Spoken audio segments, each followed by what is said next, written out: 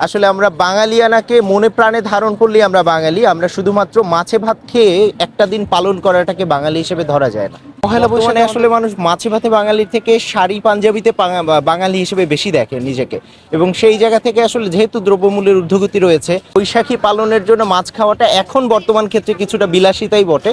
এবং সেই জায়গাকে যদি আমরা ধরে কথা বলি যে আসলে আমরা বাঙালিয়ানাকে মনে প্রাণে ধারণ করলেই আমরা বাঙালি। আমরা শুধুমাত্র মাছে ভাত খেয়ে একটা দিন পালন করাটাকে বাঙালি হিসেবে ধরা যায় না। পহেলা বৈশাখ আমাদের জাতীয় সংস্কৃতির একটা অংশ, আমাদের লোক সংস্কৃতির একটা অংশ, এবং যেটা আসলে বাঙালিয়ানার সাথে একদম মিশে আছে।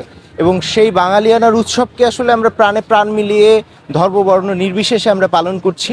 এবং আমরা আজকে রমনায় এসেছি, এবং আজকের এই আয়োজনে আসলে সবাইকে কাঁধে কাঁধ মিলিয়ে যে এই আয়োজনটি তারা পালন করছে, এইটি আসলে একটি অনন্য নজির। বিশ্বে এইরকম বাঙালি মানে এইরকম সংস্কৃতির অংশ খুব কমই রয়েছে।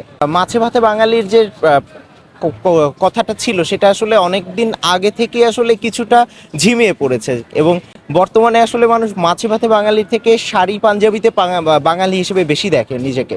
এবং সেই জায়গা থেকে আসলে যেহেতু দ্রব্যমূল্যের ঊর্ধ্বগতি রয়েছে, আমাদের বাঙালিয়ানার সাথে আমাদের অর্থনীতির একটা বড় সম্পর্ক রয়েছে, এবং সেই জায়গা থেকে আসলে আমরা আমাদের বাঙালিয়ানা তাকে মনে হয় একটু গুটিয়ে নিয়ে এসেছি, এবং আমরা আসলে অল্পতেই বাঁচতে শিখেছি। বাঙালির পাতে সবসময় মাছের একটা ট্রেডিশন ছিল, এখনও আছে, যেটা আসলে গরুর মাংস বা মুরগির থেকে মাছের দাম কম।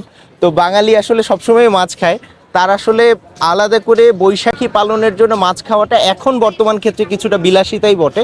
এবং সেই জায়গাকে যদি আমরা ধরে কথা বলি যে আসলে আমরা বাঙালিয়ানাকে মনে প্রাণে ধারণ করলেই আমরা বাঙালি। আমরা শুধুমাত্র মাছে ভাত খেয়ে একটা দিন পালন করাটাকে বাঙালি হিসেবে ধরা যায় না।